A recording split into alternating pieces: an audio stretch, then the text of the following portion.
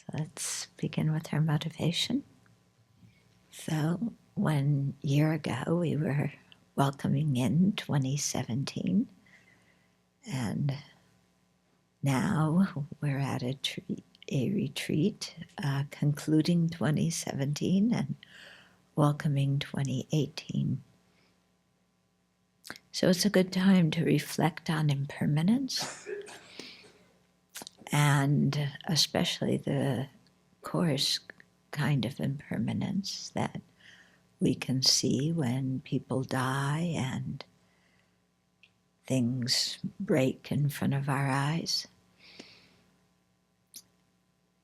And somehow between last New Year's Day and this coming one, we've managed to maintain our precious human life, which gives us all the opportunities to practice the Dharma that we could ever wish for.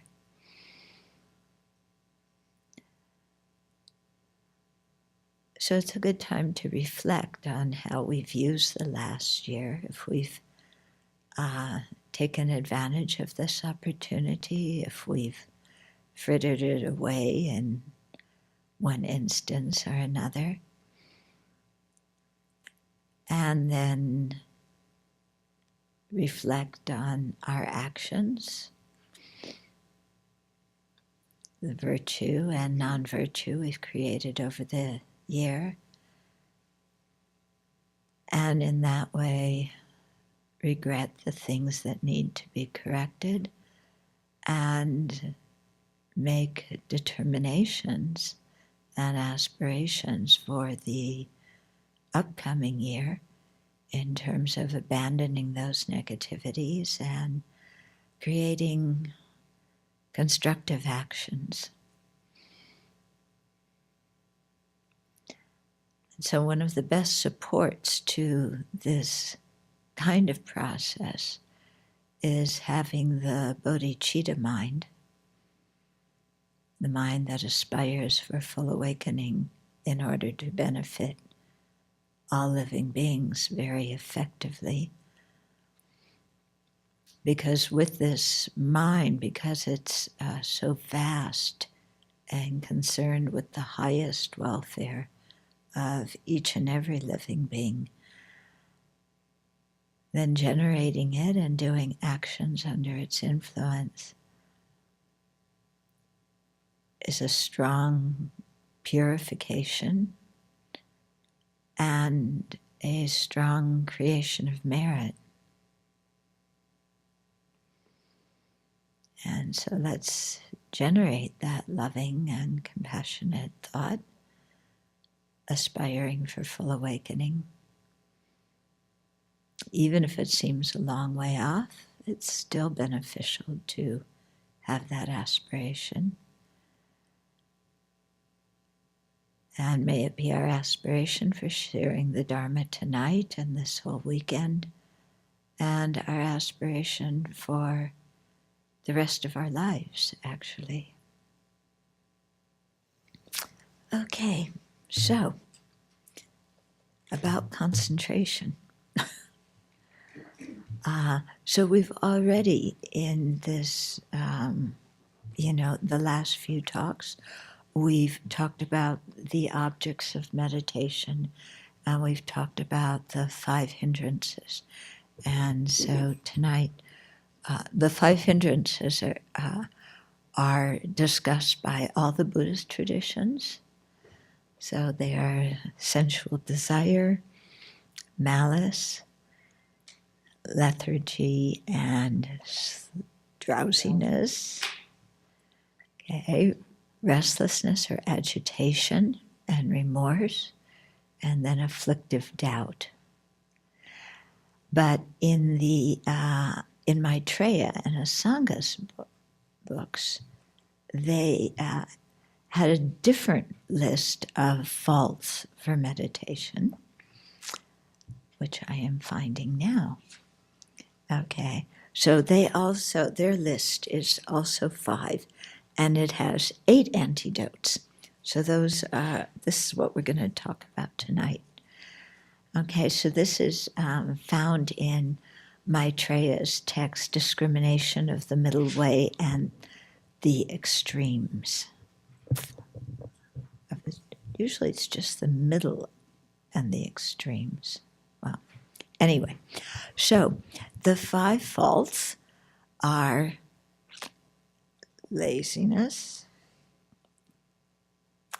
forgetting the instruction, which means forgetting your object of meditation. Agitation and laxity, so those are 2, but they're put together as 1, which I'll explain why in a minute. The 4th one is non-application of the antidote, and the 5th one is over-application of the antidote.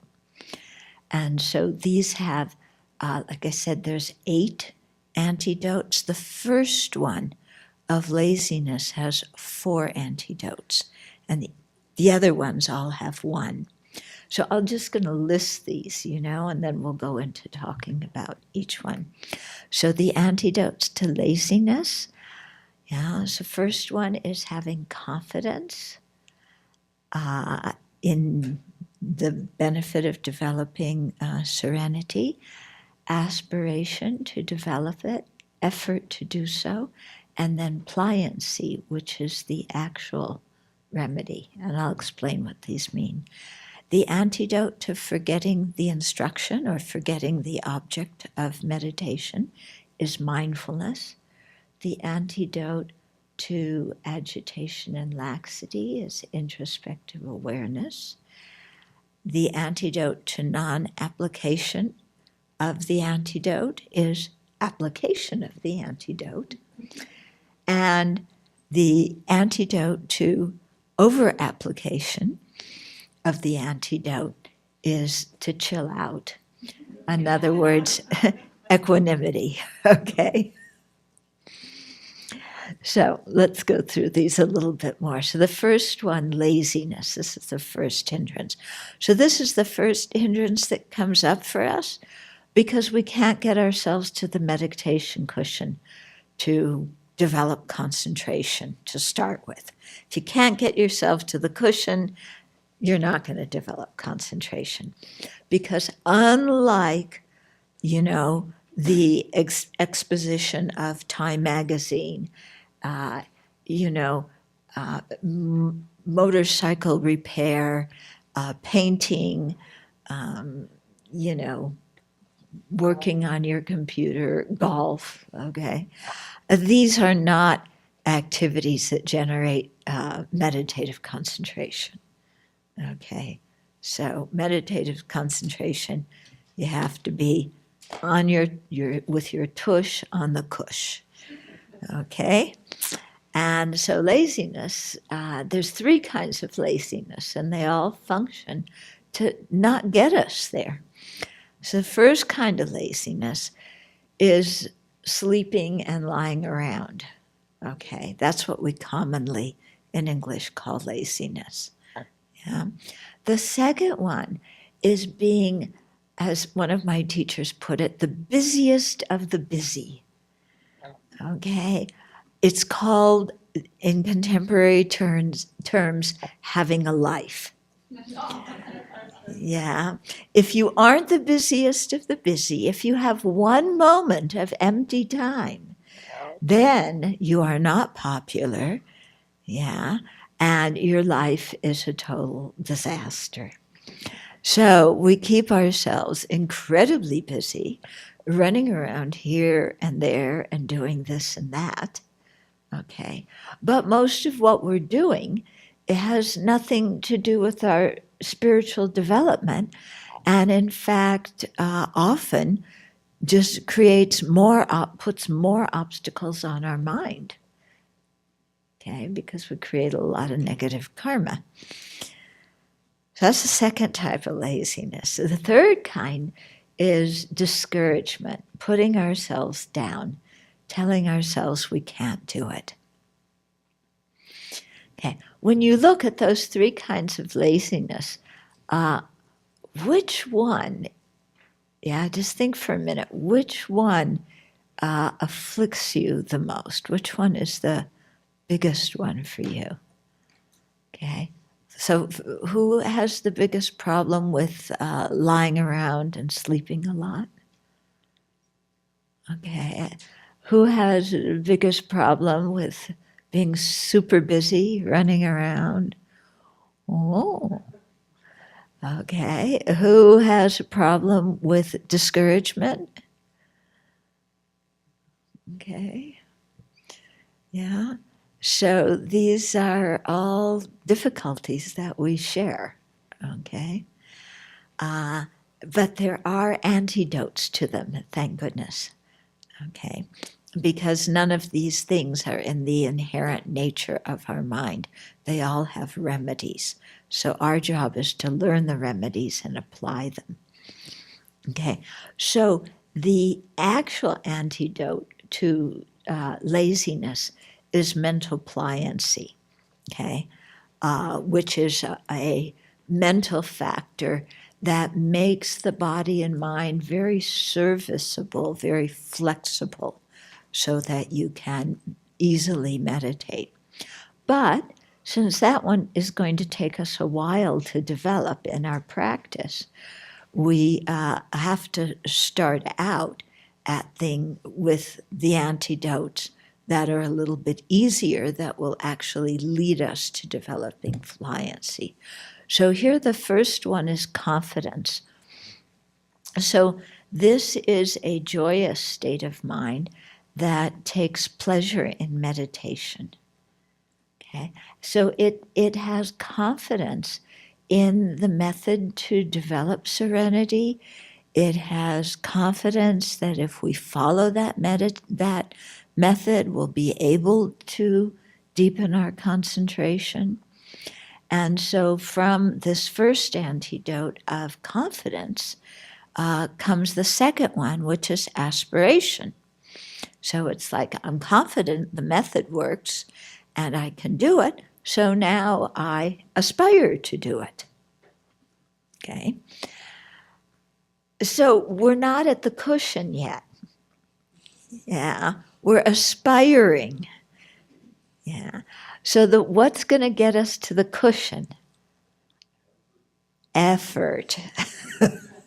Okay? So effort is the third antidote. Yeah? So we got to get up, walk over, sit down, and stay down.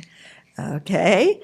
And not sit down and then think of 10 things that we must do, otherwise the world is going to end. Okay? You know how that is? You just sit down and then, oh, I forgot, maybe I didn't turn off the stove. Yeah, and you got to go check that. And then, oh, I better check my phone and see, like maybe there's an interesting message after 5 years. And, then I got to do this and I got to do that. Okay. So it's hard for us to get on the cushion and stay on the cushion. Okay. And then once we start meditating, then slowly as we apply the antidotes to the following interfering factors, then we're slowly able to develop pliancy as well, okay, which I'll talk about in a minute.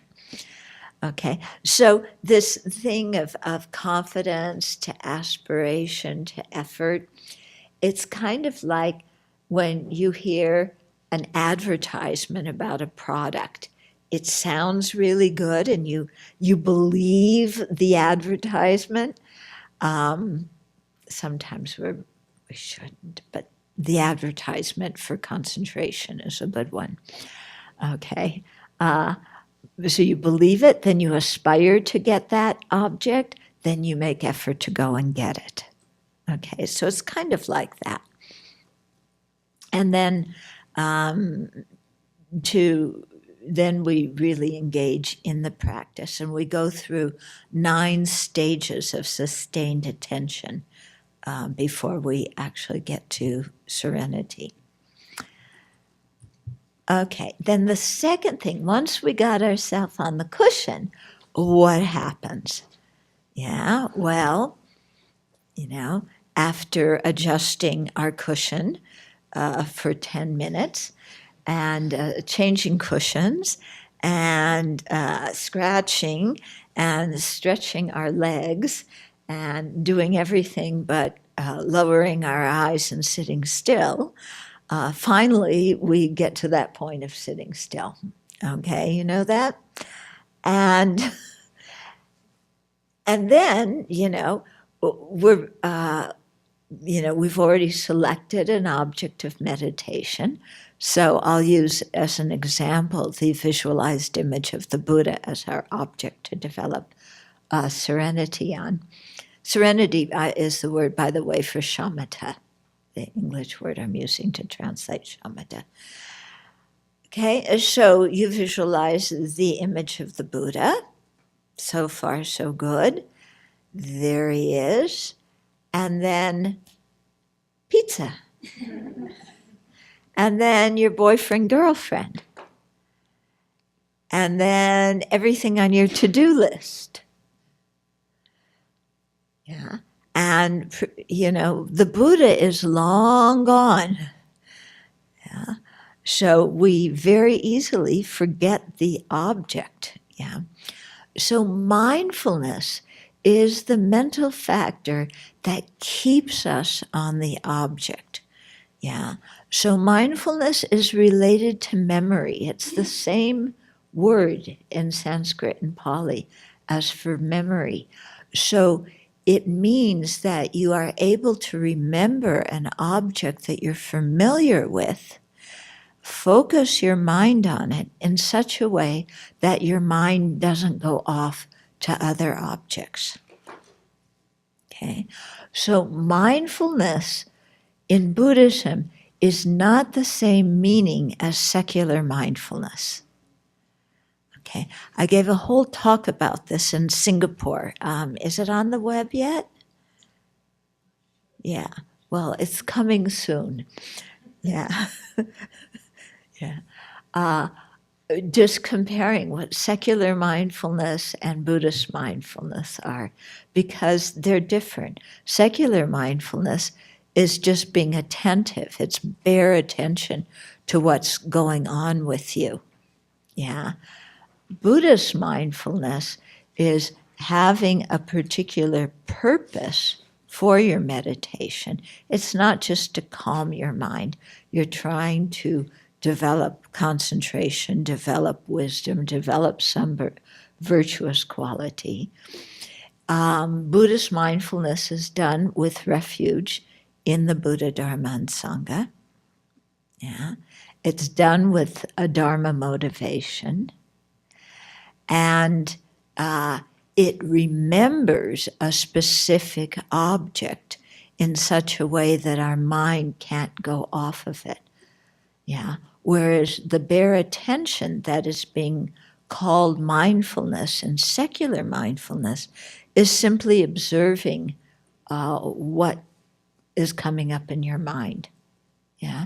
And that in and of itself is neither virtuous nor non-virtuous. It's just observation. It's very helpful to many people, but we have to be clear that that's not what Buddhists mean by mindfulness. Okay? And I think it's good. I've talked with some people who teach secular mindfulness, and we've concluded that it's actually really good to separate the two. Yeah? So that people who want to practice secular mindfulness can do so without thinking that they have to have any particular religious beliefs, because they don't. It's a technique that will help them. And Buddhists can practice Buddhist mindfulness, yeah, knowing that it's not just to make their mind peaceful, but it has a real spiritual dimension and purpose to it, and will lead to awakening. Okay. So actually, Baba Viveka gave a very nice quote about mindfulness here. So he said, "The elephant of the mind wandering wildly is to be securely bound with the rope of mindfulness to the pillar of a meditative object, and is gradually tamed with the hook of wisdom."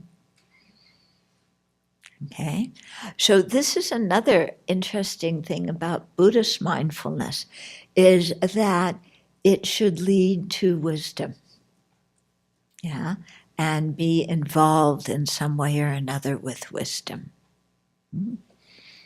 Okay, so I say this,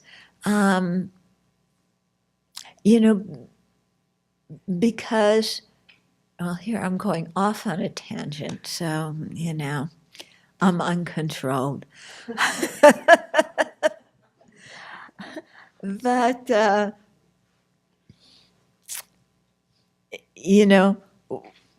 we have a spiritual purpose when we're doing Buddhist mindfulness. Yeah, we're not just observing what's happening.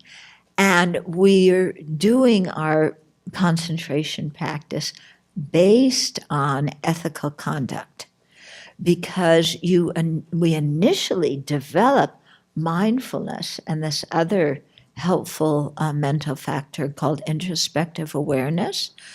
We initially develop them by practicing ethical conduct, by being aware of our body and speech and holding them, being mindful and holding them to virtuous actions instead of just saying whatever. Yeah.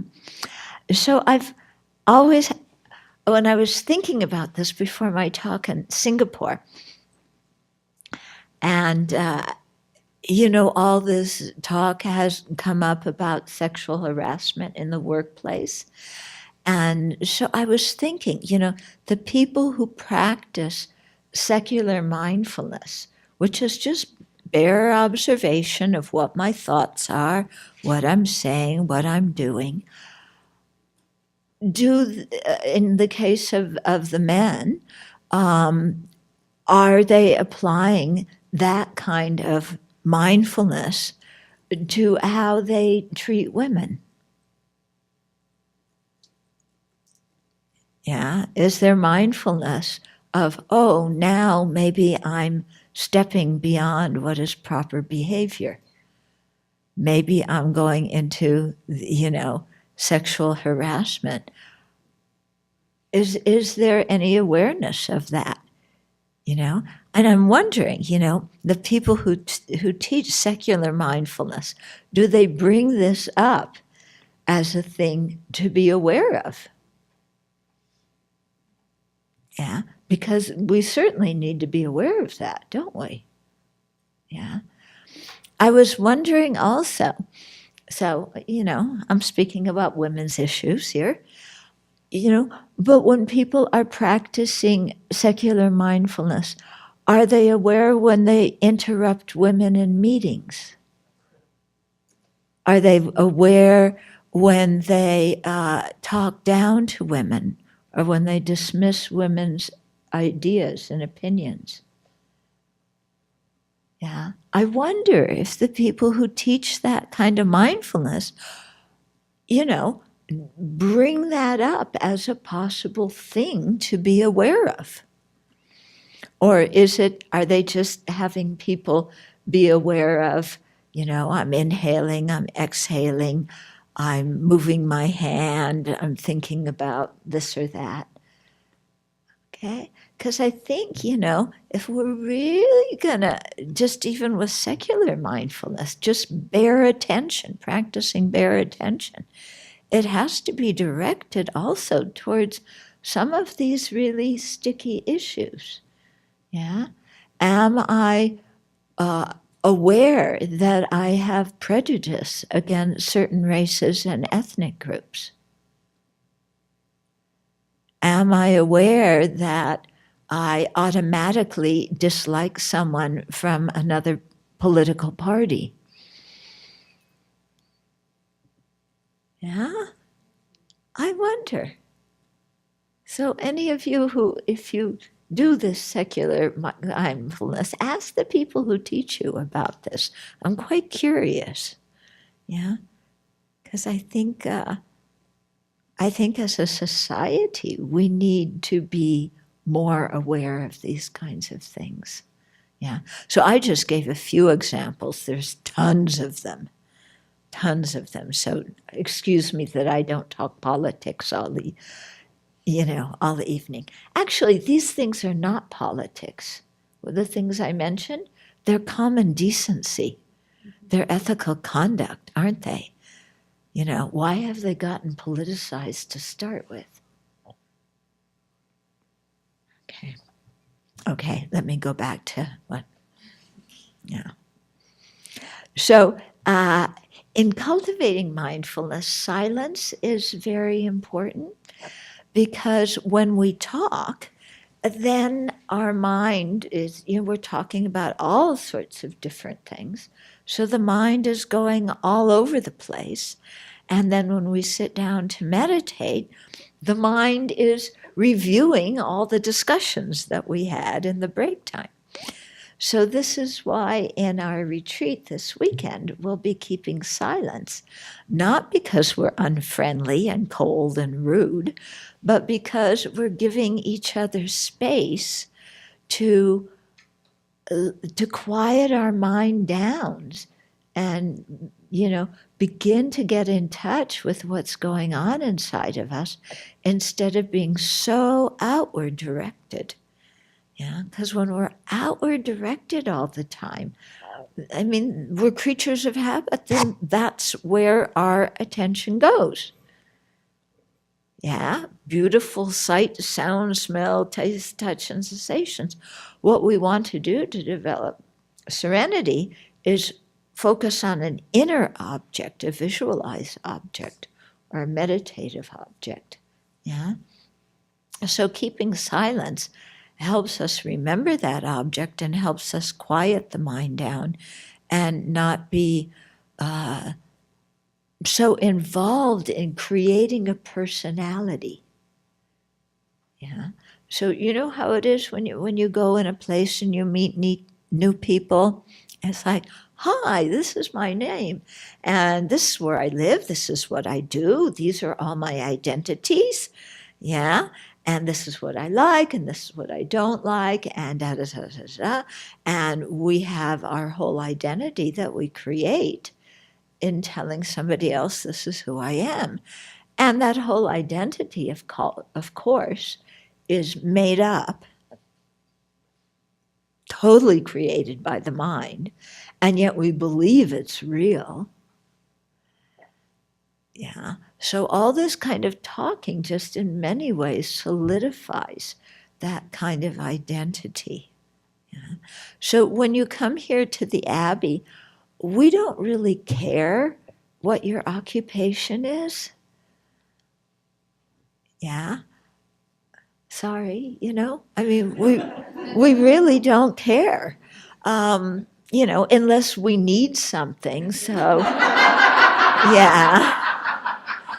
So if you know how to, if you're a professional dishwasher, or you know how to fix snow blowers, or what else do we need? Run a chainsaw, yeah, especially in the winter. Yeah.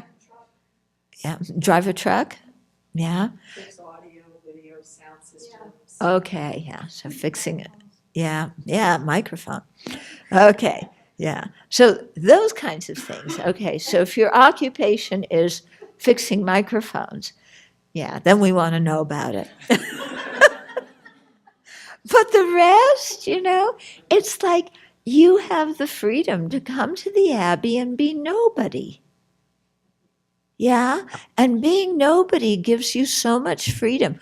We don't care what socioeconomic class you belong to.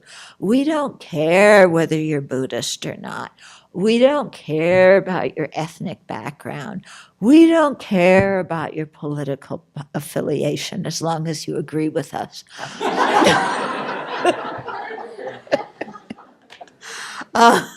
Yeah, but which I think most people do. We don't really have to have a checkbox for that on the application form. Yeah.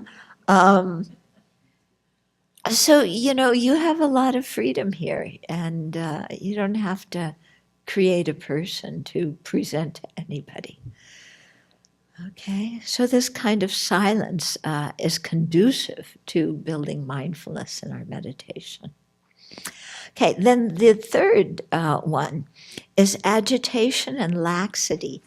Yeah, so those two, even though they're quite opposite, agitation is, you're agitated, you're restless, your mind's going off to an object of desire. Laxity is going close to lethargy and, kind of the opposite.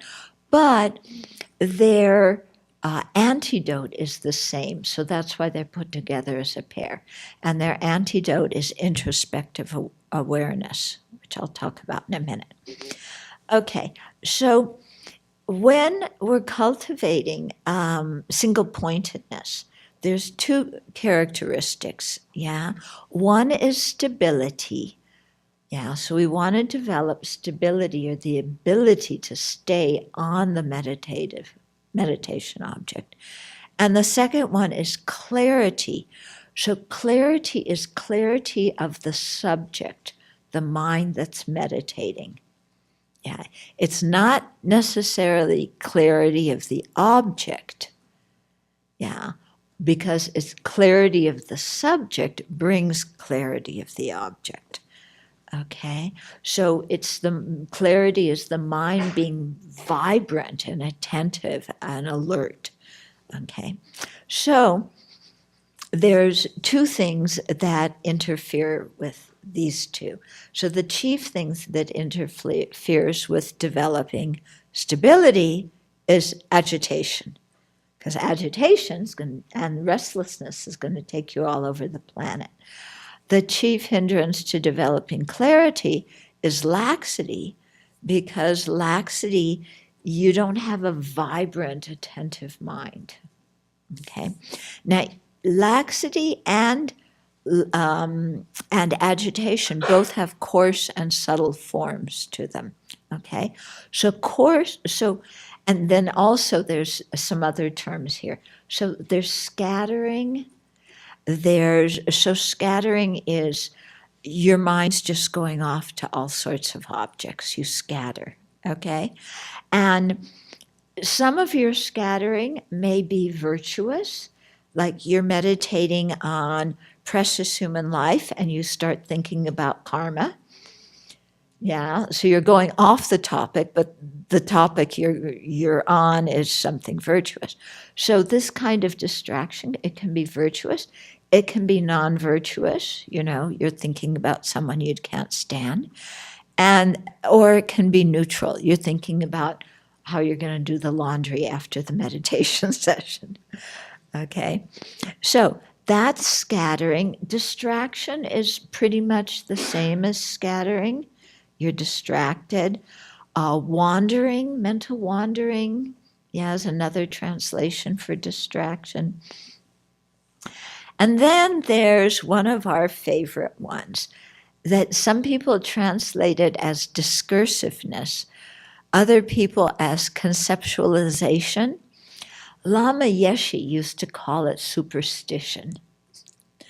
Okay, and for him, superstition didn't mean, kind of stepping on cracks and black cats. Superstition meant all of this proliferation of ideas and thoughts and opinions and worries and anxiety and all that kind of stuff that, just agitates our mind. Yeah, you know that? Yeah, I think so. Yeah. You're sitting here, everything's peaceful, but then what happens if I get a heart attack now? And then you start getting really anxious, I'm going to get made. What happens if I get a heart attack when I'm sitting here? Do I fall this way? Do I fall that way? Does anybody here know how to do CPR? Oh, Venerable Jigme knows, but she can't get over here very quickly right now. She trained everybody else in the Abbey, but if they're like me, they've forgotten. Yeah. And then, oh, what happened? And then, well, okay, I'm not going to have a heart attack, but my uncle had a heart attack. Then you start worrying about your uncle. So how's Uncle Joe Joe doing? And then your mind, full of worries, anxiety, stuff that hasn't even happened, but it's occupying your mind. Okay? What happens if they ask me to shovel snow? I don't want to shovel snow. What am I going to do when they ask me to shovel snow? I'm going to say no, but I can't say no. That's not polite. So how do I get out of it without saying no? And then you go into this whole conceptualization trip about how to get out of shoveling the snow, yeah, and getting somebody else to do it for you. Because your little finger hurts and you can't hold the shovel very well. Okay? So this is superstitious thought. Yeah? We're full of it, aren't we? Yeah? Just the mind manufacturing garbage. Okay. So one type of this superstitious thought is agitation, yeah. So it's the agitation is sometimes some people translate it as excitement, but I don't like that translation because excitement people often enjoy, whereas agitation is not so pleasant. Some people translate it as restlessness. The mind is restless. It can't stay still. But especially here with agitation, you're going to an object of desire. Yeah. And, when we finally get ourselves seated on the cushion, we finally remember the object we're meditating on and put mindfulness on it. Then what interrupts us is a very coarse form of agitation where our mind goes off to an object of attraction. Okay? So you're thinking about lunch, you're thinking about a person you're attracted to, you're thinking about where you're going to go on vacation, you're thinking about, what you want to go to the store and buy. Okay? Mind is going to an object of attachment. With coarse agitation, we've actually left the object we're meditating on. Okay? You're at the department store. You're at the beach with your boyfriend, girlfriend. Okay? You're somewhere else in your mind, even though your body's here. Subtle agitation is a little bit different. You have some stability on the object, but there's movement under the surface, okay? So you're on the object, but some agitation is brewing and you're about ready to start daydreaming, okay? So they say that this kind of subtle agitation is like, there's frozen ice, but underneath it, the water's moving. Okay, so the ice can crack. We'll go off the object of meditation soon. Okay, then, so the antidote here to agitation, yeah, as it's said here, is introspective awareness. Okay, introspective awareness isn't the actual antidote, but it's what you need in order to notice that either coarse or subtle agitation has arisen in your mind. So introspective awareness, this is the mind, it's a mental factor that monitors our mind. that is aware of what's going on in my mind. Am I still on my meditation object, or am I in the coffee shop? Yeah, what am I paying attention to?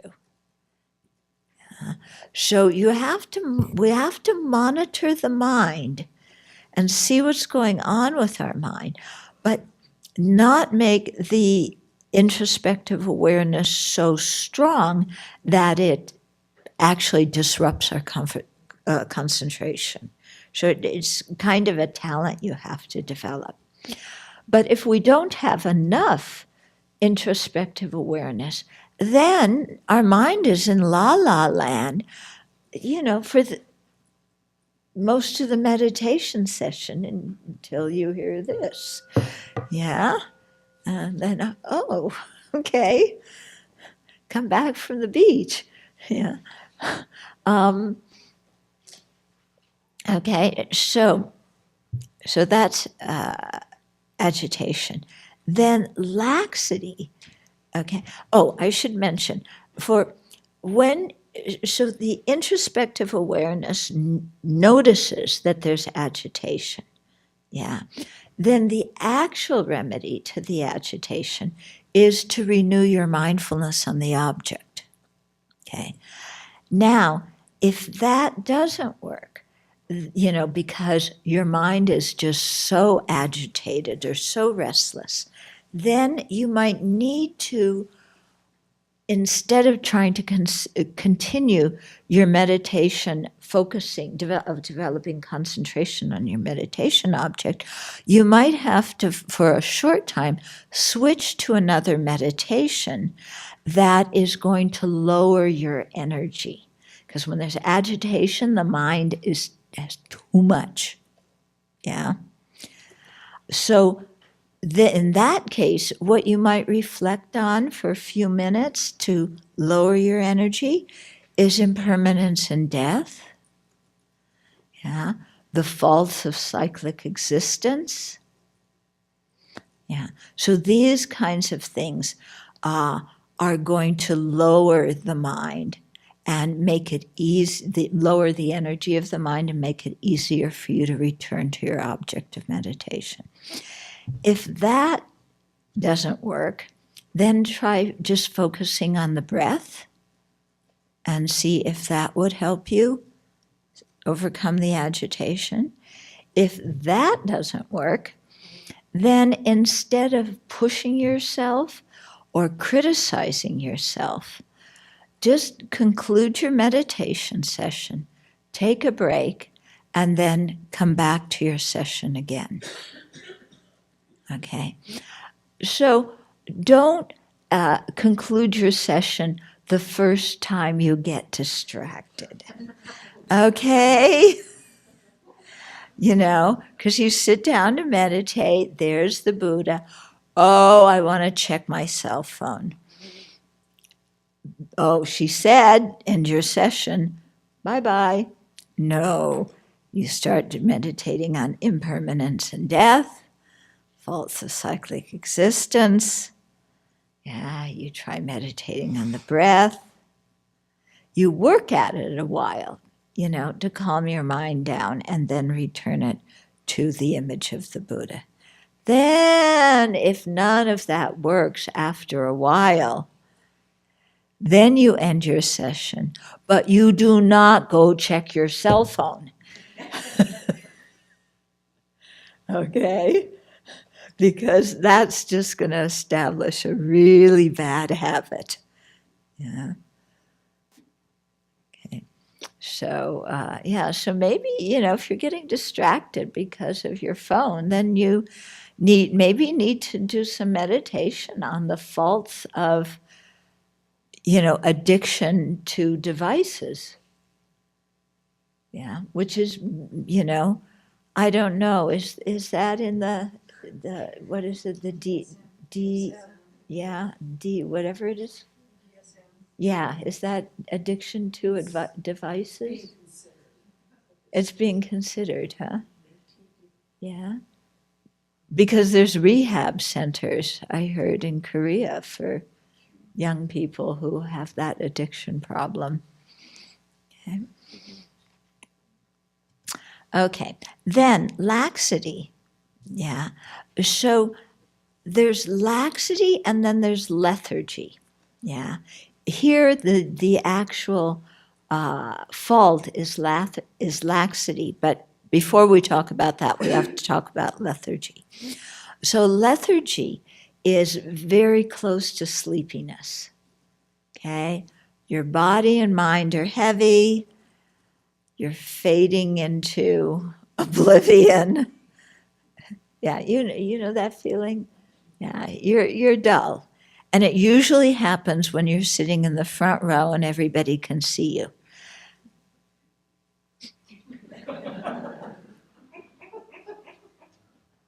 Yeah, you know that one? Yeah? Okay, it always happens to me when I'm in the front row. You know, people are looking, you're supposed to be a good example. And this kind of lethargy, or sleepiness, it's usually not from having enough sleep. When you're jet lagged, it is from having enough sleep. But often it's some kind of karmic obscuration because of negative karma that we've created in the previous lifetimes, such that we sit down to meditate. We're wide awake before, and boing, we're out. Yeah. So it's good to do some purification if that afflicts you. Okay, so even though the hindrance mentioned here, the fault mentioned here is laxity, lethargy is implied. Okay, and lethargy isn't mentioned as one of the 5 faults by itself because on higher levels of concentration, it doesn't happen very often. Yeah, lethargy happens on initial levels, you know, but it can hang on for a while, okay? Okay. I ask sometime, you know, whether anybody has ever fallen over from falling asleep. And one of my Dharma friends told me once that he did actually fall over when Lama Zopa Rinpoche was teaching. Of course, this was at 2 or 3 in the morning. We can forgive him. Yeah, but he clunk. And I think that woke everybody else up.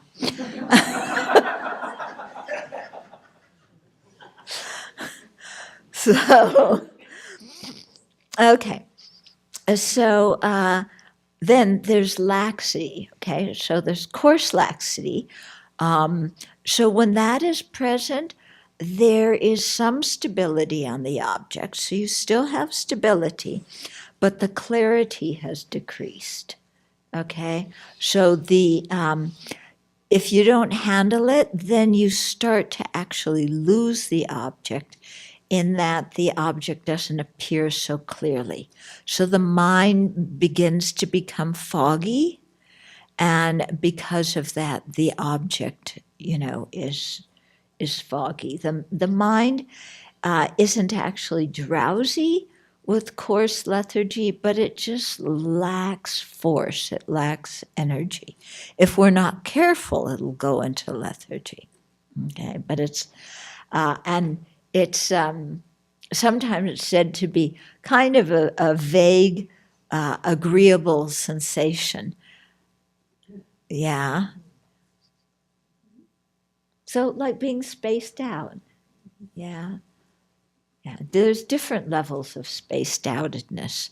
So I think coarse lethargy is one. Okay, so because the mind has become too withdrawn inside, with coarse laxity, because the mind's too withdrawn inside, the antidote is to enlarge the scope of the object. So if you're visualizing the Buddha, make the image brighter, make it a little bit larger, do some analytical meditation and go over the details of the image of the Buddha. Okay. If coarse laxity persists and doing that doesn't work, then then visualize like a bright light, or turn on the light in your room. Things that can lead to this kind of stuff and it depends. Some people like to meditate in the dark. Some people like to meditate in the light. So if you're in the dark, it usually counteracts agitation. If you're in the light, it counteracts laxity and lethargy. So it depends, what kind of person you are. But if you have laxity, then you want to, visualize light. Maybe do the breathing meditation, inhale light and think that your whole body mind is filled with it. Exhale darkness. Yeah, that kind of thing will help. Or if that doesn't help, then meditate on something that will raise the energy of your mind, something that will gladden your mind. So like precious human life, the qualities of the Buddha, Dharma, Sangha, Buddha nature, some of the bodhicitta, the benefits of bodhicitta, these kinds of things, because doing a little bit of reflection or analytical meditation on those things makes the mind brighter, and then it dispels the coarse laxity. Subtle laxity is much harder to notice, and it doesn't appear until after you've developed some stability. It's so you don't have to worry about subtle laxity at the beginning because you're just trying to stay awake. But in the 9 stages of sustained attention, it's going to come later, around the 5th or 6th stage. Okay, so subtle laxity is, they say it's the worst fault when you're trying to generate concentration, because it's very difficult to notice. So you have stability, you have clarity, but the mind is not so vibrant. So it's hard to notice it because you're on the object and there's some clarity on the object and your mind feels quite pleasant. Yeah. So they say, that because it's so difficult to recognize, some people don't recognize subtle laxity. They stay meditating in subtle laxity, actually thinking that they've developed serenity when they haven't. And so because of that, then they don't make any effort really to improve their meditation because they think they've already attained serenity. So it's very, pernicious in that regard. So there's many disadvantages to this subtle kind of laxity. So it's similar to samadhi in that you have stability and clarity, but it's not going to take you to serenity.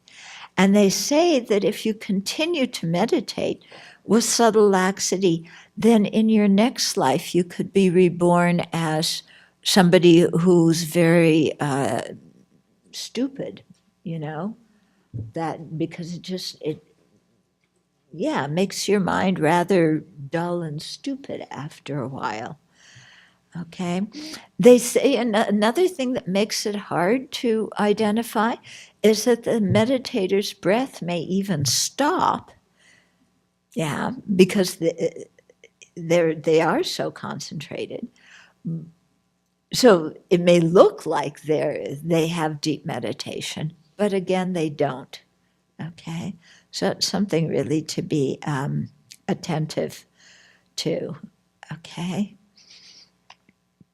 So again, introspective awareness is said to be the antidote, because this mental factor that monitors the mind, it'll see whether you have coarse or subtle agitation, coarse or subtle laxity, okay, if you fall into lethargy, and then you have to apply the individual antidote for either agitation or laxity. Okay. Then the fourth fault in concentration is non-application. So you're on the seat, you remember your meditation object, you have some introspective awareness, and you've noticed that there's agitation or you've noticed that there's laxity, and then you don't do anything about it. Yeah. Have you ever been daydreaming in your meditation, and you notice you're daydreaming, but it's such a nice daydream that you don't really want to stop? Okay? So it's like that. You're not applying the antidote to it. Yeah.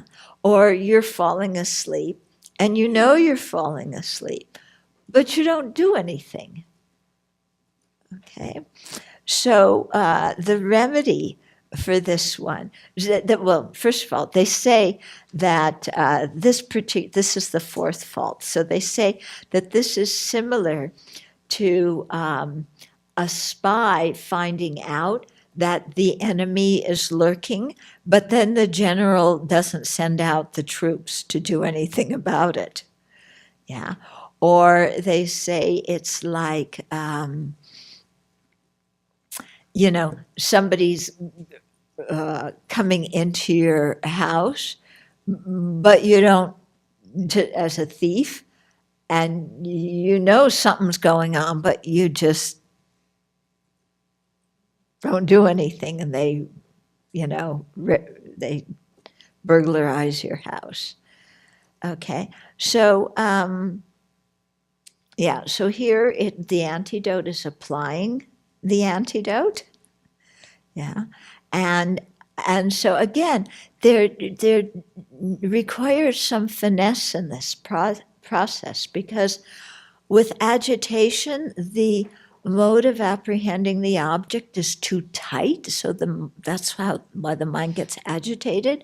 With laxity, the mode of holding the object is too loose, so the mind gets lax. So it's this thing of learning how tightly to focus on the object.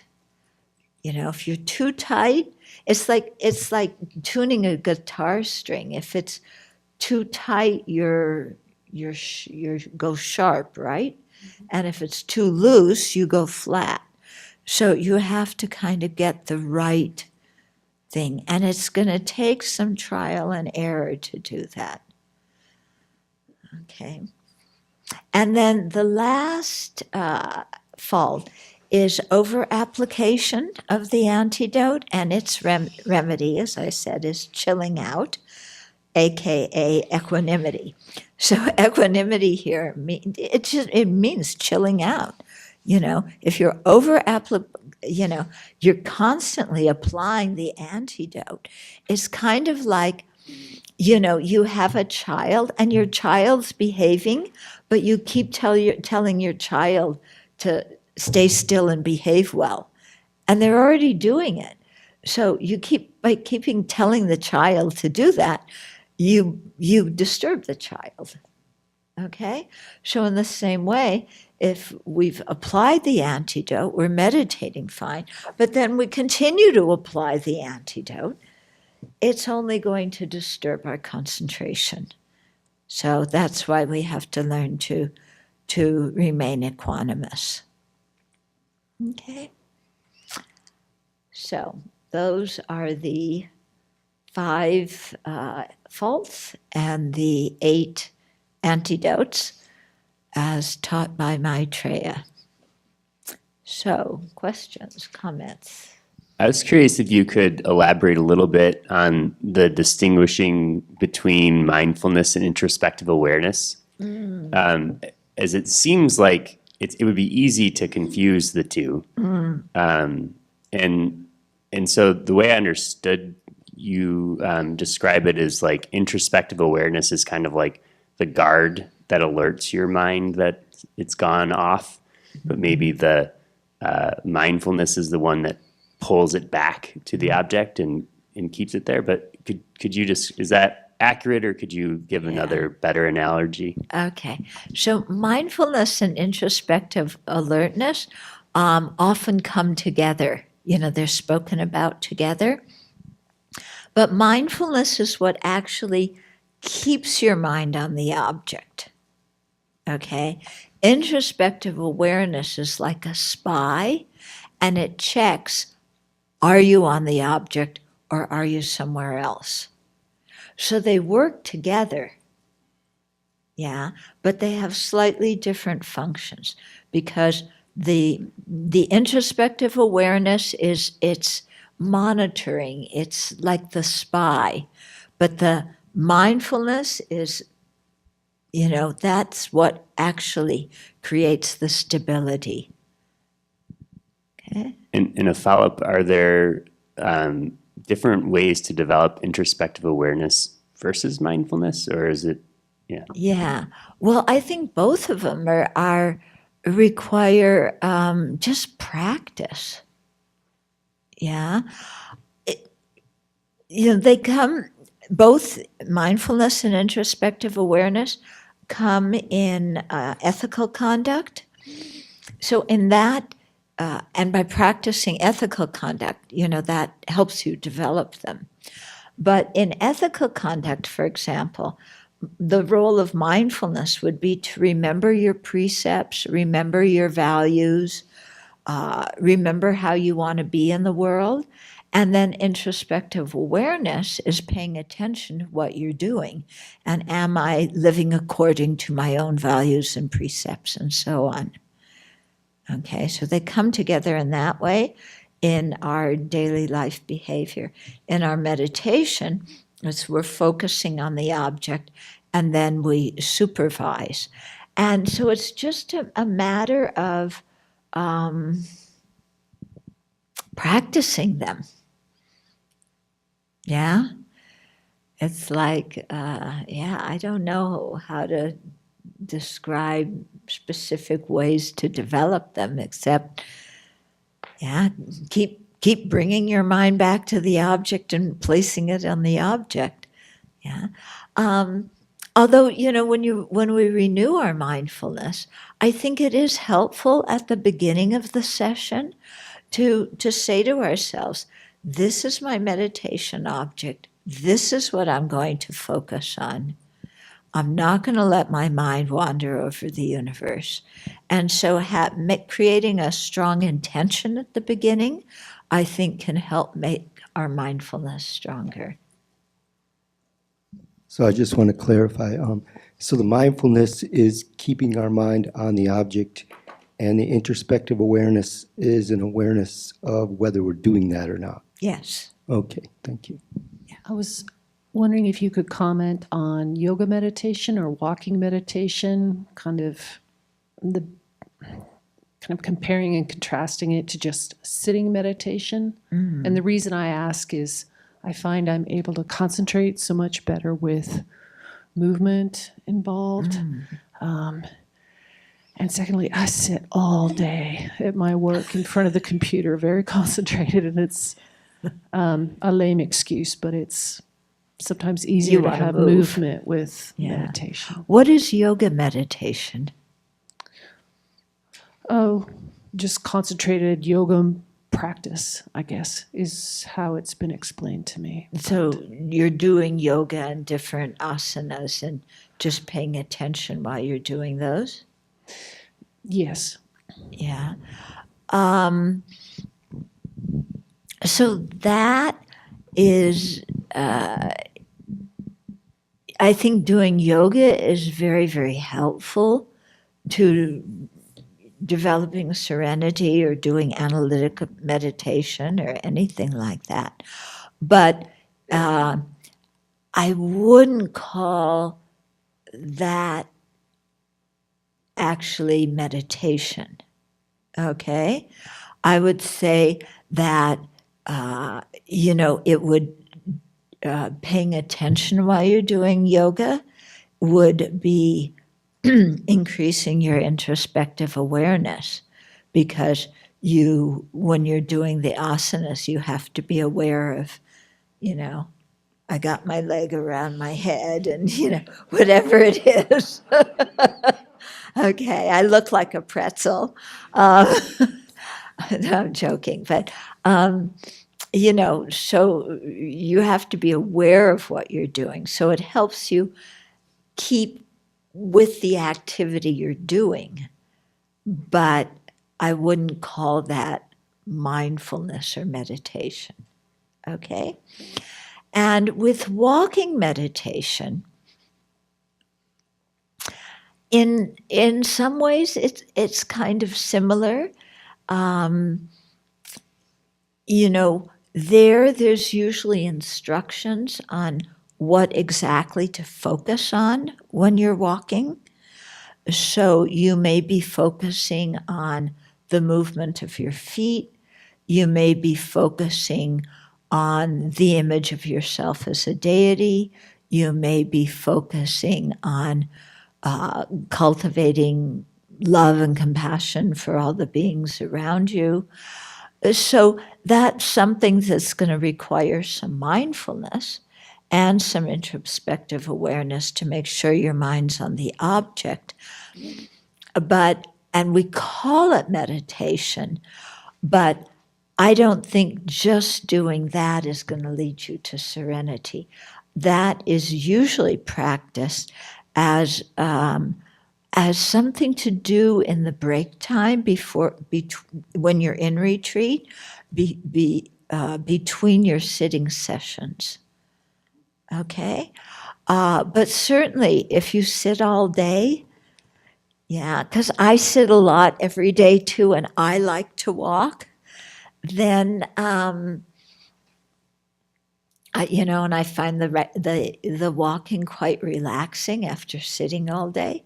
Then, having an object that you try and stay focused on, keeping your mind on that object is certainly going to help you when you actually sit down and do concentration meditation. When you mentioned the difference between having a lax mind, thinking that you have achieved serenity, Having Ye- what mind? a relaxed mind, Yeah. a laxed mind, Okay. and you are confused and you think that you have achieved serenity. Oh, yeah. I might have been doing that all my life. I mean, since I started meditating. So what would be the subtle point? Because I think that my mind is laxed or relaxed, and I'm equanimous, but maybe I am just, You need a relaxed mind to meditate. An uptight mind is going to have a really difficult time staying on the object. So your mind needs to be relaxed, but relaxed doesn't mean inattentive and spaced out. Okay? We usually think when we hear relax of, but here in meditation, we want a relaxed body that's sitting firmly in our meditation position. We want a relaxed mind that's firmly on the object of meditation. so if the mind is calm, Mm-hmm. and say I don't have a specific focus of meditation, a specific object of meditation, I'm just kind of in one wave. Yeah. Would that be not? It's good to have an object of meditation. Yeah, because if you don't really have an object that you're focusing on, then it's easy for your mind just to slip into who knows what. Okay? So meditation isn't just a thing of eliminating all the thoughts and being in some kind of, nebulous, non-conceptual state. As we look at mindfulness as it's become more mainstream, we look at it in the areas of prison or schools, and this is a secular mindfulness. One of the products or byproducts of that experience has been pacifying gross emotions, very afflictive states of mind. And so what I was struggling with was, as I look at that, I associate that is a virtuous experience, because those people aren't acting out of gross anger or gross sexual attraction or hostility in those ways, but they're able to create a more realistic sense of reality just by observing the mind. And so to come back to the question that you posited, where, do people who sexually assault or sexually harass, does mindfulness become an extension of their behavior and they reify it? Does mindfulness, even from a secular perspective, have the ability to pacify coarse or gross emotions? Yeah. So I think whether secular mindfulness can pacify gross emotions and chill people out in that way is going to depend on how they are instructed. Yeah. If they're just instructed to pay attention and that's it, then it may or may not. Okay? Because somebody may get angry and I'm aware that I'm angry and I'm aware this person hit me and, So that's why I think that it's so important to have two elements, one of ethical conduct and the other of compassion, being taught together with secular mindfulness. It needs a context. Yeah? So if you teach it with, an underpinning of ethical conduct and, okay, when you're sitting, you do mindfulness, but when you're walking around, you keep good ethical conduct. Yeah? Then it gives the person some awareness to discriminate between virtue and non-virtue. Otherwise, people they go off on some daydream and it's so fantastic. But they know they're on a daydream and then, develop rationalization for it. Okay? So I think how things are taught, the context is so important. Yeah. It's reminded me of something I wanted to ask you about. Jeffrey has us reading Walking Through Walls a little bit. So I've been reading that some, and I had never heard this before, but it made sense to me. I wondered if you knew about it. He was talking about how, say with breathing meditation, which I think is also taught in secular mindfulness, but anyone doing breathing meditation, he says, the Geshe says, it's actually not an antidote. It suppresses like any afflictions, all afflictions, but you actually haven't had an antidote because you haven't done something opposite to the affliction. So he made this distinction that I thought was interesting, because it was kind of like, I could see how that would really be the case. You could, get your mind peaceful and calm, but you've actually never addressed addressed your hatred or addressed your lust or anything with something that is the total opposite of it. So he said it really wasn't an antidote. It was just a gross kind of suppression. It would be, in the sense of meditative suppression, not psychological. Yeah. It was interesting. I hadn't ever heard that before. Yeah. It seems like it kind of addresses that a little bit too, because you're not really, there's no ethics, there's no analytic thought about what you're doing. You're just like, Well, again, there's different kinds of breathing meditation. Yeah. It's like bare attention is what I was. Okay, you mean just bare attention to the breath. Yeah. See, that's because the Tibetans, when they think of breathing meditation, they think of something that you do for about 5 or 10 minutes before you do your actual session. Yeah. So I think he's saying it in that context. They don't usually think of breathing meditation as part of establishing mindfulness on the body. Yeah. But that is interesting that, yes, it calms the mind, but it doesn't directly oppose what distraction there was. So I had a question concerning this also, is that I've heard two different things that define whether something is Dharma or not. Mm-hmm. And one of those was whether it's addressing the afflictions. The other would be when you look at the three motivations of the Lamrim scope, and the fourth motivation that's not Dharma, which is a motivation just for the pleasure of this life. Mm-hmm. So if you are addressing the afflictions, but you don't have a worldview or a motivation that goes beyond this life, is that really Dharma? Or is that first definition a little bit too inclusive? Yeah. Yeah, Geshe Dado Namgyal and I talked about this a lot. And what we came up with was that what they say is the actual demarcation between Dharma and non Dharma is whether they're well, it's tricky because they usually say it's whether the motivation is only for the happiness of this life, implying that you should have aspire for future life, good future rebirth, or for liberation, or for awakening.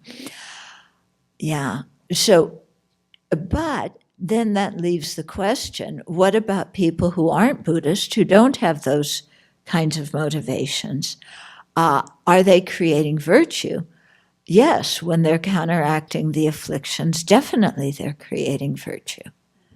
Okay? So it seems like the demarcation of creating virtue is different than the demarcation of Dharma and non Dharma. Just wondered if you could tell me a little bit more about switching from that busyness to low energy, which you were saying might be impermanence or death. Mm-hmm. Now, I suppose if I was walking on the beach with a boyfriend and I'd go, in my mind, and then I go, oh, I'll switch to death. I don't know if I'd but how those are low energy switches. Okay. It doesn't mean necessarily low energy. It means making the mind more sober. So if you're in this excited state, you're just kind of you're bringing that energy level down. Right. Okay. Because when we have attachment in the mind gets restless, it gets giddy, and you can't focus. So it's making the mind sober. Okay. And reflecting on impermanence and death makes our mind sober, doesn't it? Yeah. Okay. So we'll stop here for today, and then next week we'll do the 9 stages of sustained attention.